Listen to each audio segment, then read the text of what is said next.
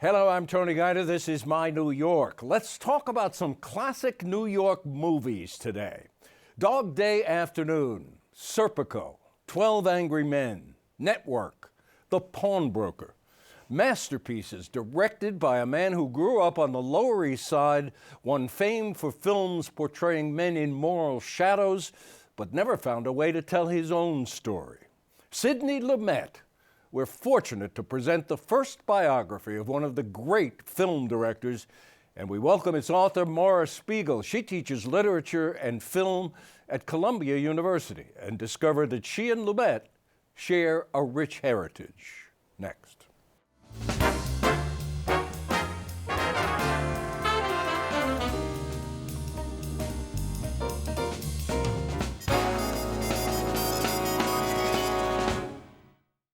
Maura Spiegel, a delight to have you here and welcome you to the program. You. And a wonderful biography. I just loved so many of these stories and some of the surprises too, and we'll get to them. Do you find it strange that there hadn't been a biography of Lumet before yours? I was surprised about that. You know, his life kept being represented in these little brief bios all over the place, often with errors in it. But I mean, I think it was hard to get anything because there's no archive, there's no diaries. There's he left nothing, no papers. Nothing. And so it was challenging, and it took a really, really long time to sort of make contact with the people I needed to talk to and figure out how to do that, you know. So I'm not that surprised after actually undertaking the process. What drew you to him? Oh, it's a really good question. I think, you know, I felt when I watched his movies, like I completely understood who he was. It was like, I know this person, and I felt so familiar. They seemed so legible to me. Like, who else captures these characters in the city? Who else captures this world of mid-century New York? I mean, and then going forward. But I just felt emotionally connected to them, and I wanted to understand why that was. I didn't really know. Sidney's first language was Yiddish, and family from the shtetls of Poland, and you sort of that meant something. That yes. resonated with you. Absolutely. I didn't realize how close those. You know, his father came from a shtetl very close to where my father's family came from, and my parents spoke Yiddish, but they didn't pass it on, you know, unfortunately. And, you know, they used it to not let us know what they were saying, and yeah, typically. Of course. But yeah, and his Lower East Side roots, and I had this kind of crazy moment where I told my mother about this book, and she said, "Oh, he was friends with your dad." And really? I had because my mother was, I have never been able to be sure how the connection occurred, but you know, there's a few people that, I remember that man, you know, that came up in his life. So, well, you talk about the characters that made such an Lumet's characters that made such an impression, and they're ordinary people. They're people not much different from you and me. And I was thinking about, you have a quote from Isaac Bashevis Singer in your book about Yiddish, where he says this Yiddish was maybe the only language never spoken by people in power. And it's interesting that you included that, because very few of Lumet's characters were people of power. Yeah, yeah. They were ordinary folks struggling with integrity, all kinds of issues. Yeah, yeah. He grew up in the Yiddish theater, and then he was involved with the group theater, and all of that sort of 1930s naturalism. Yeah. It was all working class stories, all about laboring men and, you know, people struggling. And then in the 50s he was making television, which was this moment in TV that really disappeared. It sort of evaporated, live television from New York. All these stories about injustice and working class lives and ethnic lives. That was his, you know, milieu. Yeah, well, the only movie he ever acted in. Yeah. He was, 13? Yeah. And that was from that milieu that was called what, 1/3? 1/3 of a Nation. About tenement housing. Yeah, yeah. Yeah, it was a federal theater project initially, the Living newspaper, and it was a, you know, it's kind of an astonishing film. I mean, one of the moments in the film that, you know, really reminds you, this is not Hollywood. This was filmed in New York. It was a New York crew. It was a lot of federal theater people. There's a shot in the hallway of the tenement, a close-up on cockroaches, like a nest of cockroaches. And I just thought, you would never, ever see that in a Hollywood film. I mean, there was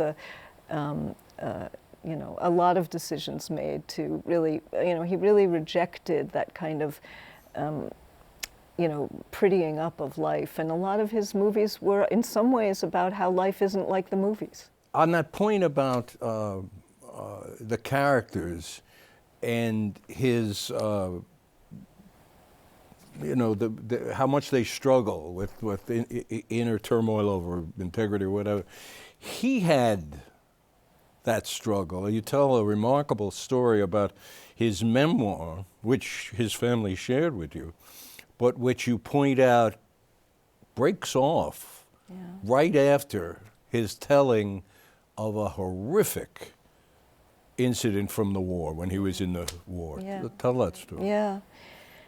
He was stationed in India, in the China-Burma, India part of the war. And he was on a train. They were, you know, a bunch of GIs going into Calcutta, and he saw, as the train was pulling out, it was sort of a British-style train with compartments that opened out onto the platform. Yeah, all those doors. Yeah. He saw this young girl, he thought maybe 12 years old, selling something on the platform, and this GI reached out and grabbed her and brought her into the train. And he immediately knew that something terrible was going to happen, and they were in the next car. And he got up and went to the door of the car, and there were, you know, just a gaggle of GIs there, and they were sexually assaulting her. And, you know, these big guys, he was 5'6", wearing glasses. And they said, what? You know, they just said, you want in? You want to? And he just didn't know what to do. He knew that his life would be imperiled if he tried to stop them, and he faulted himself and felt, you know, just, you know, tormented by that story the rest of his life, really. Interesting that's exactly where he can't write any more of his memoir. Yeah. And it seems to me, and if I'm off, please bring me back on track, but it seems to me he's just like one of his characters, struggling with integrity, struggling with principle, do the right thing. He wanted to do the right thing, but he couldn't. Yeah, when he had some power later in television, he was able to do the right thing. And although he never boasted of it, but his friends did. During the blacklist, you know, some of his friends were blacklisted, and you know, he wasn't, and he secretly hired them. They used fake names, and he had them writing for his shows, and it was at great risk to himself. He kept it a secret from everybody.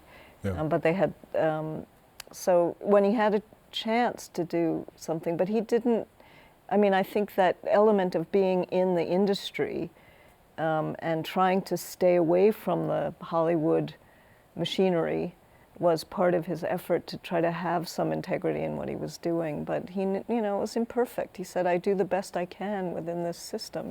You know, I've been saying, we've both been talking, you know, Lumet characters and how they struggle. But perhaps people aren't that familiar, but you've got Sol, the pawnbroker. You've got Serpico. You've got the character Treat Williams plays in Prince of the City. You've got Dog Day Afternoon, again. The Verdict, maybe. The Verdict. Yeah. Paul Newman, trying to do the right thing. A lawyer, kind of washed up lawyer, but he wants to nail those doctors.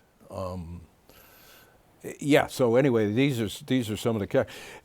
I'm struck that you know, many of us have complex home lives, but gee, Lumet's mom and dad didn't even want him born. Yeah, that was a shocking piece of information, and And I don't even know if he knew it, but his father just very matter-of-factly explains in an oral history that was at the library in New York that they tried to abort him.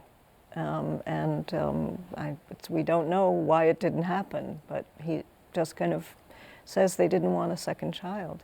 His family was kind of really a mess, and really his mother was really struggling to... Seemed to have mental issues, and Dad was not, didn't seem to care about much except himself and his acting. Exactly. In the Yiddish theater. He had, his father had some kind of spark of genius, I think, though. I mean, I don't know if I emphasized it enough. I mean, I think he had some kind of spark of genius, and he really had an investment in Sidney's career.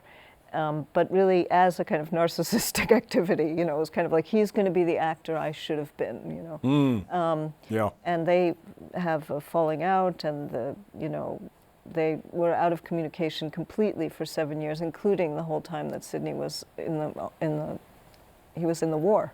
His father never wrote to him. Interesting that Sidney gives him a very small but very important role in The Pawnbroker, where he's lecturing this empty shell of a man. Yes. Can you feel pain?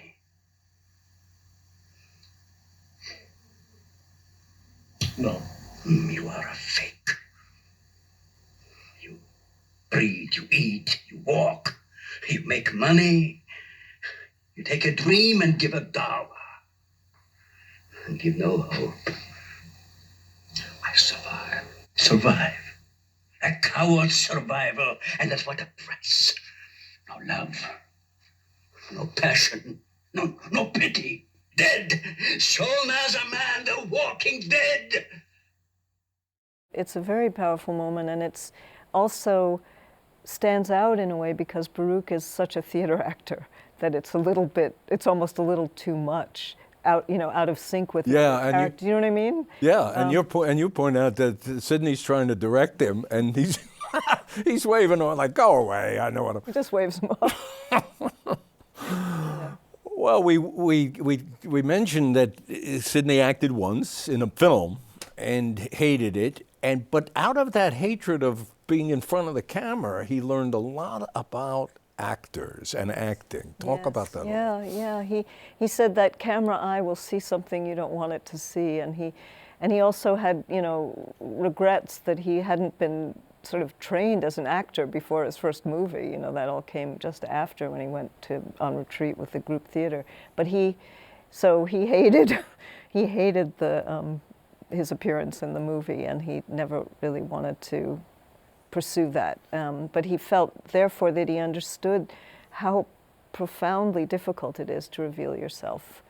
And he was fabled. He became fabled as an actor's director. And every actor you talk to, and every actor I've ever heard talk about him, talks about how much they loved working with Lumet. Yeah. That he really understood what they were trying to do. He said that all great acting is self-revelation. That was his phrase, and he saw his job as being the person to make them feel as confident and comfortable and safe as possible. And he didn't say, do it my way. He tried to figure out what their technique was and adjust to their needs, which is also really unusual. And he did the thing of rehearsals, which is, actors loved and is so rare in movies. Usually people just come to the set, that they shoot it, they shoot the scene 40 times in different ways, and then it's chosen. But he rehearsed for 2 or 3 weeks before every shoot began, and it was beloved by the actors that they would run. You have a remarkable anecdote in the book that I think sheds light on how well Sidney understood actors and what they need, and it's the moment when the day before they're going to start shooting Dog Day Afternoon, and Pacino is not in. Tell that story. Yeah. So Pacino had just become, a star with Serpico. He'd had Serpico, and then he'd had The Godfather. I mean, he was really flying high. And the day before they began shooting, he was afraid. Major actors hadn't at that time begun playing gay characters, and he was scared. And he called Sidney. He was in a panic. Sidney came over. He was. According to Sidney, he was literally crawling around on the floor and saying, Pacino is crawling around on the floor. Pacino's crawling around the floor and saying, I can't do it, I can't do it, I can't do it. And Sidney looks down and says, what the is this? And he comes up with the most perfect, way of pulling him out of it. He says, this is good, you're really worried. You can use this, for your character. This is going to be very helpful. And Pacino showed up the next day, ready to go. I'm imagining another director seeing this, Pacino just would say to him, look, Al, come on, you can do anything, don't worry about it, we'll make it.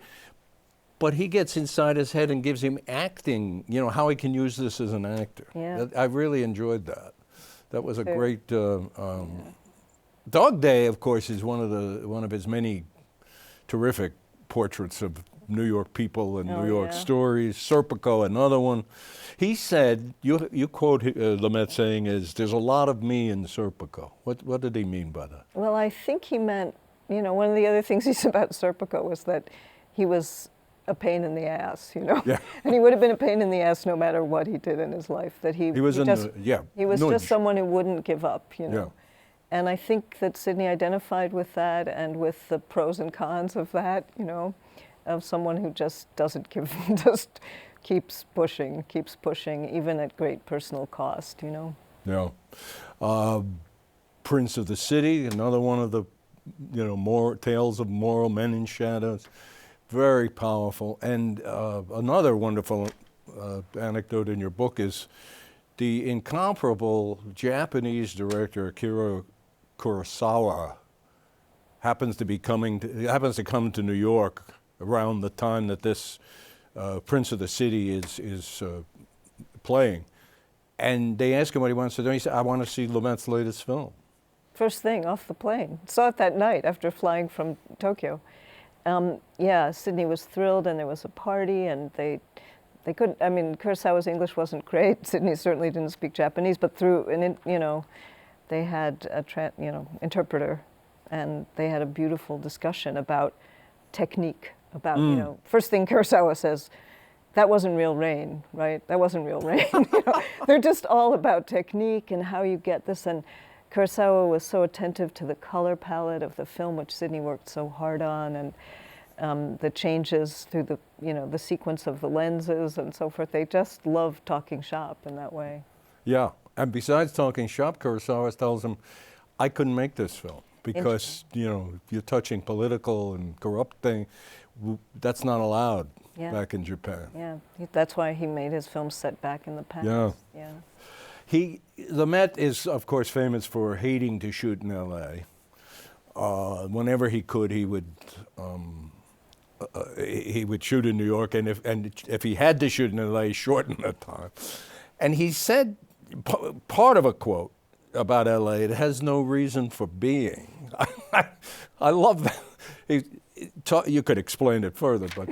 Yeah, I mean, basically he felt like it was a little harsh. I think his feelings about LA softened over time, but initially his feeling about LA, it's not a port city, it's not a place where, it has no real urban core. For him, that's what gives life.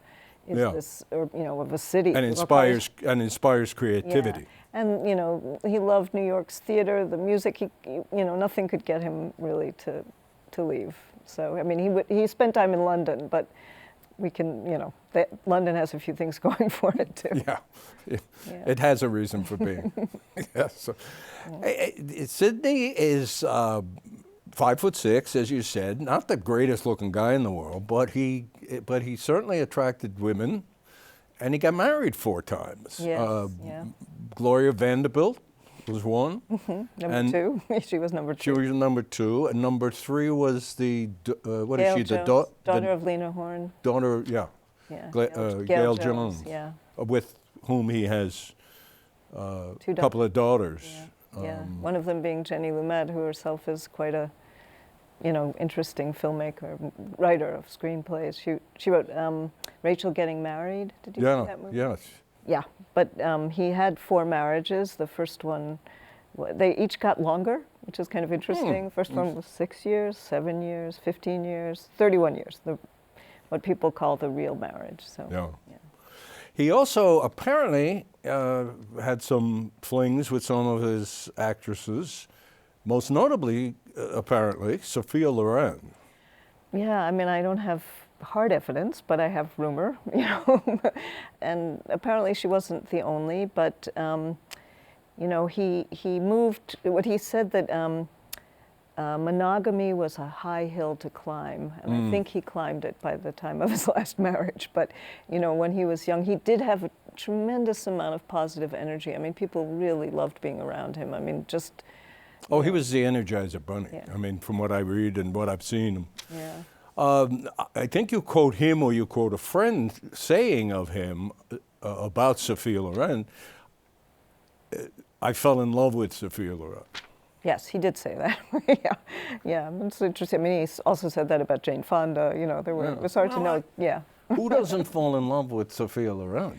I agree. I mean, who? I agree. Show me the guy who doesn't fall in love with Sophia Loren. And people said that she was so nice. That was the word people used.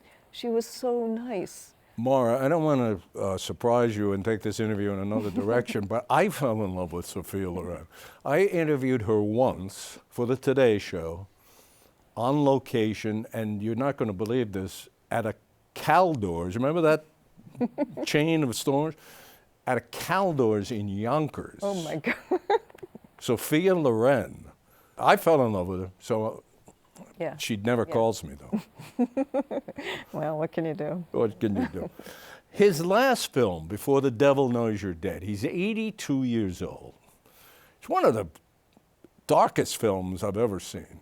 But what performances he gets out of Philip Seymour Hoffman, and Ethan Hawke, yeah. And who's Albert Finney.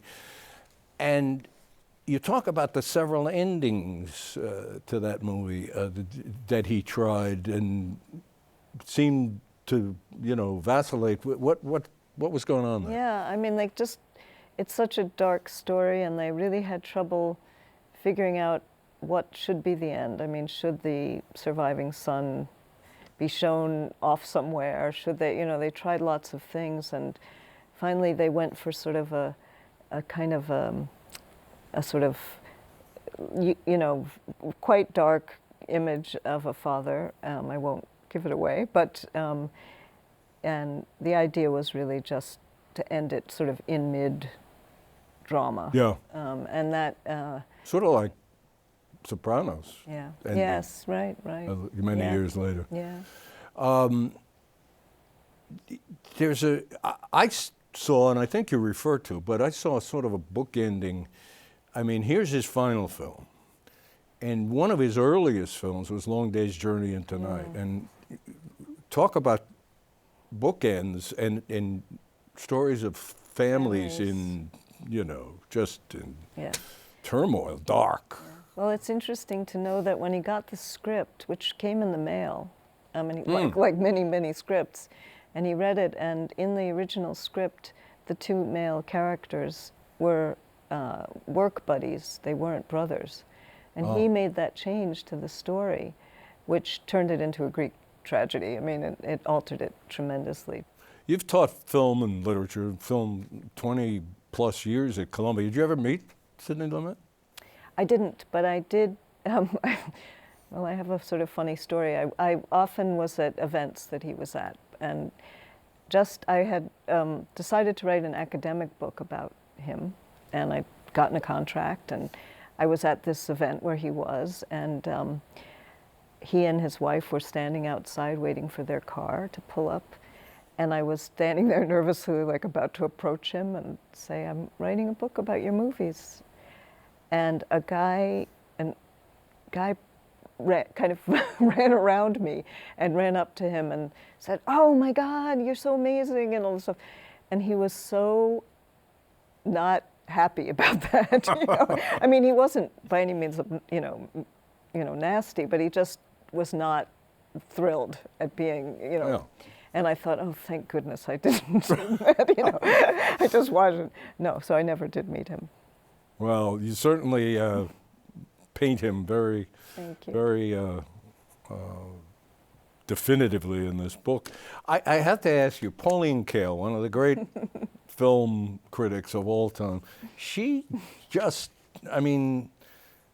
called Lumet heavy-handed and middlebrow and said he had no intellectual curiosity. What was it with Pauline and disliking Lumet so much? I wish I could tell you. I mean, I feel like maybe there was some kind of identification there somewhere. That's my psychological interpretation, that somewhere she had to distinguish herself from him. She had to say, that's not me. And she often went for things that were quite not, sort of expected. But Sidney was nice to her, and, it was like, he didn't know why this was happening. He was quite puzzled by it, Well, a lot of folks in this book make a counter-argument about Sidney Lumet, and it's worth reading. It's worth going back to find his films if you haven't seen them lately. I saw Prince of the City the other night, and my guts are still in knots. Maura, it's a delight to have you here. Thank you. The book is Sidney Lumet, A Life. I hope you get it, and thank you for being here. I enjoyed this very much. Thank you. Me too. Me too. Thanks. And thank you, folks. We'll see you soon.